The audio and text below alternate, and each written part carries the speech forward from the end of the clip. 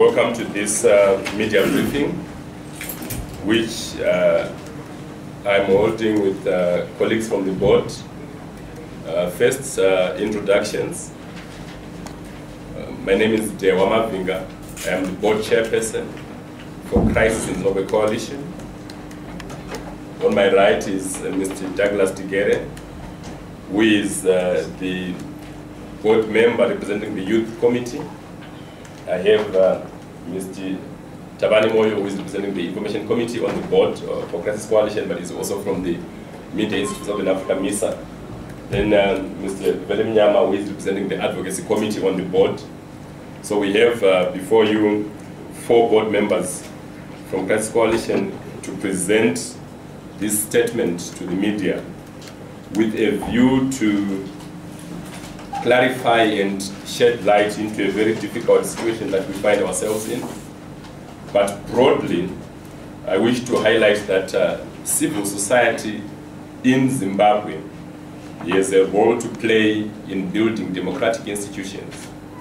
We have a role to lead by example in good governance, transparency and accountability.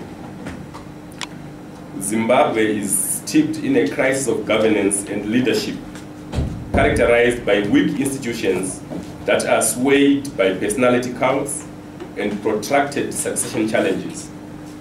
The chaos in ZANU-PF in the lead up to its Congress next month is reflective of how democracy is in the intensive care unit in Zimbabwe when our doctors are on strike. Crisis in Zimbabwe Coalition, whose vision is to see a democratic Zimbabwe, believes civil society has a critical role to play in nurturing and sustaining a culture of respect for principles and values of good governance, openness, accountability within the Zimbabwean society. Zimbabwe's development that will improve the lives of ordinary people and boost international confidence and investment is anchored on pillars of strong democratic institutions. It is necessary to invest in strong democratic institutions, not in strong individuals or dominant individuals, in order to sustainably fight the struggles of ordinary Zimbabweans. To be effective in holding government and other public or private institutions accountable, we must be strong actors and staunch defenders of the values we subscribe to. Recalling that a duly constituted Crisis in Zimbabwe Coalition board legitimately met on October 10, 2014 and decided not to renew the director's employment contract based on, among other things, an adverse 2013 external audit report that the board reviewed, and regrettably noting the continued defiance and resistance by the affected employee, Mr. McDonald Lewanika, working in cahoots with the spokesperson, Mr. Mfundo Mlilo, to issue contrary statements to cause chaos and confusion. We state as follows. 1. The Crisis in Zimbabwe Coalition board decision not to renew the director's employment contract stands as made on 10 October 2014.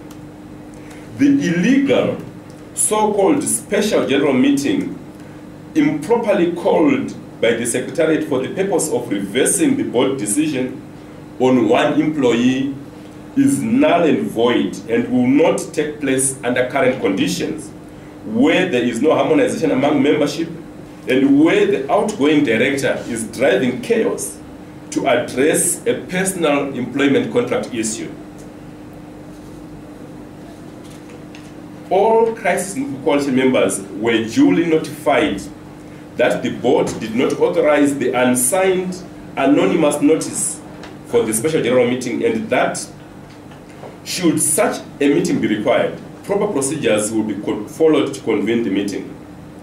The board will not attend the bogus meeting, but will continue to defend the legitimate interests of the coalition and ensure that civil society does not set precedents wherein disgruntled employees disregard governance structures and resort to political shenanigans to evade accountability.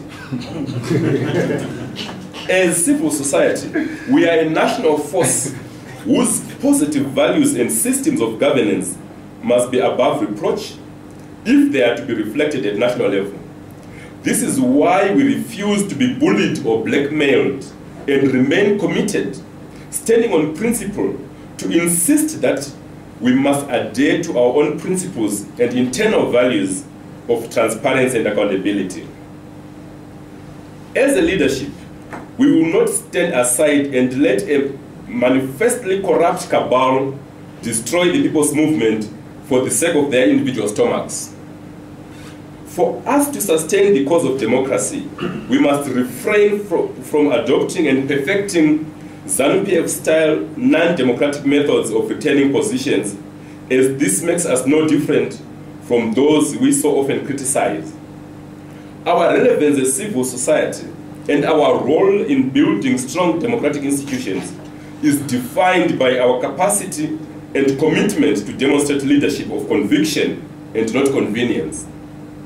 The moment we abandon our core values of accountability and good governance is the moment our relevance comes into serious question. We urge Crisis Zimbabwe Coalition members not to attend the meeting called by Lewanika and Mlilo on the 17th of November 2014 at Wild Geese Lodge, as doing so would be to give legitimacy to a bogus process that has no legal force or effect.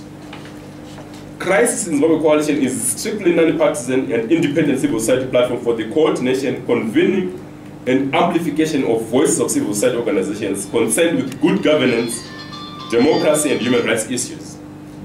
Its vision is a democratic Zimbabwe. I thank you.